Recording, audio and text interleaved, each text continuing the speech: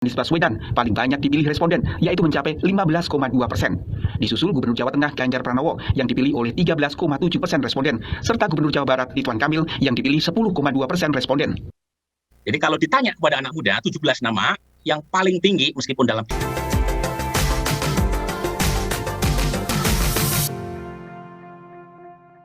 Hai guys, Assalamualaikum warahmatullahi wabarakatuh. Berjumpa lagi di Suara Rana. Dan di video kali ini guys, Rana bakal ngebacain sebuah artikel yang sangat keren dari Nafis dengan judul Menelusuri Jejak Lembaga Survei yang Memenangkan Anies sebagai Capres Terkuat 2024. Beberapa hari yang lalu guys, sebuah lembaga survei bernama Indonesia Political Opinion atau IPO merilis survei elektabilitas simulasi calon presiden 2024. Survei tersebut dilakukan dalam kurun waktu 29 November sampai 2 Desember 2021 guys. Survei tersebut ini juga diikuti oleh 1.200 responden yang dipilih secara acak dengan metode Multi-Stage Random Sampling atau MRS atau pengambilan sampel bertingkat di 34 provinsi di Indonesia. Nah, tingkat kepercayaan survei ini mencapai 95% dengan margin of error 2,5%. Hasilnya guys, Gubernur DKI Jakarta Anies Baswedan menduduki posisi teratas yang dimuat dalam salah satu media nasional. Coba perhatikan foto cover berita yang memperlihatkan wajah Anies seperti berada di atas angin dan wajah Ganjar Pranowo yang seperti kecewa. Pasti survei ini akan menjadi angin segar ya bagi pendukung Anies Baswedan dan tentu saja membuat down mental pendukung Ganjar. Dari semua foto Anies, Baswedan, dan Ganjar ini kenapa ya Detik justru memilih foto tersebut sebagai cover? Sebuah kebetulankah? Jika lembaga IPO merilis hasil surveinya yang memenangkan Anies Baswedan, tetapi lembaga survei resmi lainnya yaitu Indikator Politik Indonesia ini juga mengeluarkan hasil temuan terbarunya yang dimuat pada media nasional pada tanggal 5 Desember lalu guys.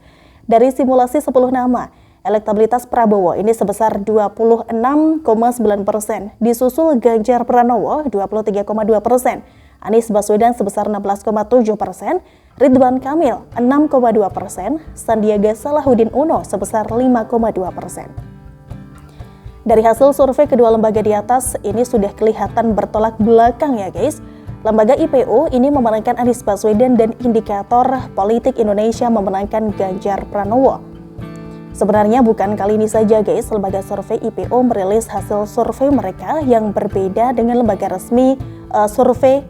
survei resmi lainnya guys.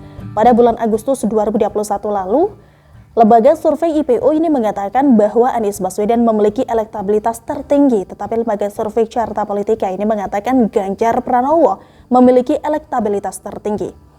Bahkan, beberapa hari lalu, lembaga IPO merilis hasil survei tingkat kepuasan publik terhadap kinerja Presiden Joko Widodo dalam mengatasi pandemi corona atau COVID-19 dan hasilnya hanya 51% responden yang mengaku puas guys. Dan hasil survei IPO ini lagi dan lagi sangat jauh berbeda ya dengan lembaga survei resmi lainnya yaitu Indikator Politik Indonesia yang mengatakan tingkat kepuasan terhadap pemerintahan Presiden Jokowi mencapai 72%. Menurut Direktur Eksekutif Indikator Burhanuddin Muhtadi, ini tingkat kepuasan yang tertinggi selama pandemi COVID-19 dibandingkan dengan bulan Juli 2021 guys. Tingkat kepuasan itu pun juga meningkat sebanyak 13% ya. Approval rating atau tingkat kepuasan presiden saat itu pada bulan Juli ini sebesar 59% dan terendah dalam 6 tahun terakhir dalam waktu 2-3 bulan naik, sebut Burhanuddin dalam rilis survei virtual. Sebagai orang awam, kita pasti dibuat bingung ya guys dengan hasil survei yang bertolak belakang atau berbeda jauh antara satu lembaga dengan lembaga survei lainnya. Inilah saatnya guys, kita sebagai rakyat juga harus kritis ya, agar tidak sembarangan percaya dengan lembaga survei yang ada. Setiap lembaga survei ini biasanya memiliki perkumpulannya sendiri guys, yang bernama Perkumpulan Survei Opini Publik Indonesia atau Persepi. Setidaknya ini ada 38 lembaga survei yang bernaung di bawah Persepsi. Faktanya guys, lembaga survei Carta Politika dan Indikator Politik Indonesia yang merilis survei bahwa Ganjar Pranowo memiliki elektabilitas tertinggi merupakan salah satu dari 38 lembaga survei resmi di bawah Persepsi. Dan tidak ada nama lembaga IPO di bawah Persepsi itu. Tanya kenapa? Sekarang mari kita bahas lebih dalam siapa di balik lembaga survei IPO yang memenangkan Anies Baswedan ini. Setelah ditelusuri guys, ternyata Direktur Eksekutif Lembaga Survei tersebut ini bernama Dr. Deddy Syahputra seperti yang termuat dalam situs internal mereka sendiri yang beralamatkan di www.ipo.or.id. Kemudian jika dilihat dari situs www.researchgate.net profil Deddy Syahputra, kita mendapatkan informasi bahwa Direktur Eksekutif Lembaga IPO ini merupakan lulusan Universitas Telkom. Ada yang masih ingat ya dengan rekam jejak Direktur lembaga ini yang pernah membela Anies Baswedan? Ketika LBH Jakarta memberikan rapor merah terkait 4 tahun kepemimpinan Anies Baswedan di Jakarta guys, Direktur Eksekutif Lembaga IPO ini malah membela Anies Baswedan dengan mengatakan penilaian yang disampaikan LBH pun cenderung lebih banyak unsur opini ya dibandingkan pengukuran empiris. Beberapa poin dalam rapor merah tersebut ada yang di luar kepakaran LBH. Kendati demikian, laporan LBH itu patut diapresiasi sebagai bentuk kritik, kata Deddy kepada jpnn.com seperti itu. Selain membela Anies guys, Direktur Eksekutif Lembaga IPO ini juga pernah memuji Anies Baswedan loh dengan mengatakan bahwa penanganan banjir yang dilakukan oleh Gubernur DKI Jakarta Anies Baswedan jauh lebih baik jika dibandingkan dengan Joko Widodo saat memimpin ibu kota. Gimana logikanya ya, penanganan banjir lebih baik di masa pemerintahan Anies Baswedan, sedangkan Anies Baswedan sendiri ini sudah menghentikan program normalisasi sungai setelah dia menjabat sebagai Gubernur DKI Jakarta pada tahun 2017 lalu. Bahkan guys, Menteri Pekerjaan Umum atau PU, Basuki Hadimulyono ini juga sempat marah-marah karena sulit bekerja sama dengan Gubernur DKI Jakarta Anies Baswedan dalam menangani banjir Jakarta. Belum lagi guys, ratusan miliar rupiah uang rakyat dalam bentuk APBD terkait penanganan banjir di Jakarta yang dipotong oleh Anies Baswedan selama ini. Yang terbaru ini ratusan miliar uang rakyat pun juga sudah habis ya untuk melubangi jalan yang sudah bagus dengan program sumur resapan yang katanya untuk mengantisipasi banjir.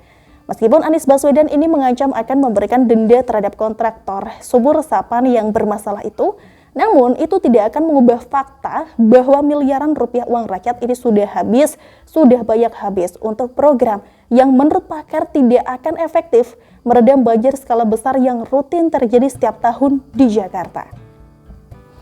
Jalan yang sudah bagus ini malah dilubangi atau dirusak ya, pakai uang rakyat lagi dan sekarang malah memakan korban guys. Ketua DPP Partai Solidaritas Indonesia atau PSI Isyana Bagus Oka mengalami insiden dengan mobilnya akibat program Gubernur Anies Baswedan ini. Tepatnya pada Rabu 8 Desember 2021 lalu guys, mobil Isyana ini diketahui ambles setelah melintasi lubang sumber resapan yang ditutupi oleh aspal. Akhir kata guys, setelah mengetahui bahwa Direktur Eksekutif Lembaga Survei IPO pernah membela dan juga memuji Anies Baswedan, masih percayakah dengan Lembaga Survei IPO yang memenangkan Anies Baswedan ini? Masih percaya dengan survei yang dilakukan oleh lembaga yang tidak masuk dalam daftar Perkumpulan Survei Opini Publik Indonesia atau Persepsi? Silahkan rakyat menilainya sendiri. Wassalam dari Nafis Siwan. Gimana guys menurut kalian? Tulis pendapat kalian di kolom komentar ya. Terima kasih sudah nonton Suara Rana kali ini. Kita ketemu lagi besok. Bye-bye. Wassalamualaikum warahmatullahi wabarakatuh.